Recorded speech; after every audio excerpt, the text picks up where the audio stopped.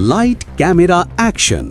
পর্দার সামনে যেখানে হাসি, আত্মবিশ্বাস আর সাফল্যের গল্প ধরা দেয়, ঠিক তার আড়ালেই লুকিয়ে থাকে সংগ্রাম, কষ্ট আর না বলা অসংখ্য গল্প। ঠিক তেমনই এক বাস্তব ও অনুপ্রেরণার গল্প শেয়ার করলেন বলিউড অভিনেত্রী মৃণাল ঠাকুর। সীতারাম্মাম থেকে শুরু করে হাই নান্না, একটার পর একটা সফল কাজের মাধ্যমে তিনি আজ দর্শকের হৃদয়ে নিজের জায়গা করে নিয়েছেন। কিন্তু এই সাফল্যের পথটা মোটেও সহজ ছিল না। শুরুর দিনগুলো ছিল ভীষণ কঠিন। কেরিয়ারের একেবারে শুরুতেই মৃণাল ঠাকুরকে হতে হয়েছে বডি শেমিংয়ের শিকার।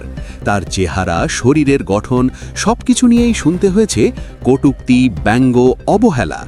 একটা সময় এমনও এসেছে যখন নিজের ওপর থাকা সব আত্মবিশ্বাস হারিয়ে ফেলেছিলেন তিনি।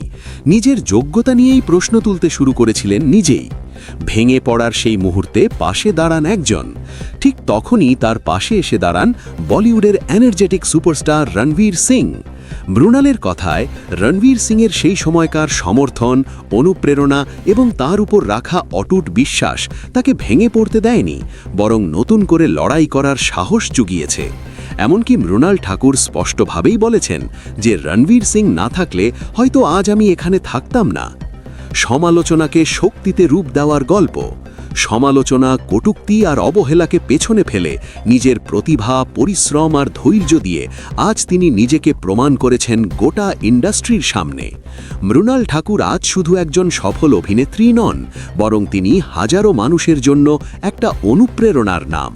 আর সেই অনুপ্রেরণার গল্পের এক গুরুত্বপূর্ণ অধ্যায়ে চিরকাল জড়িয়ে থাকবে রণবীর সিংয়ের নাম, হার্ট। দর্শক, এই ছিল আজকের বিশেষ আপডেট। আপনাদের কাছে মৃণাল ঠাকুরের এই সংগ্রামের গল্প কেমন লাগলো? অবশ্যই কমেন্ট বক্সে আপনার মতামত জানাবেন। হার্ট।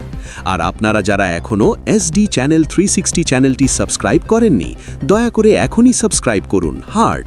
কারণ আপনাদের একটি সাবস্ক্রাইবই আমাদের আরও ভালো ও সত্য নিউজ আপনাদের সামনে তুলে ধরার অনুপ্রেরণা। এইভাবেই আমাদের সাথেই থাকুন।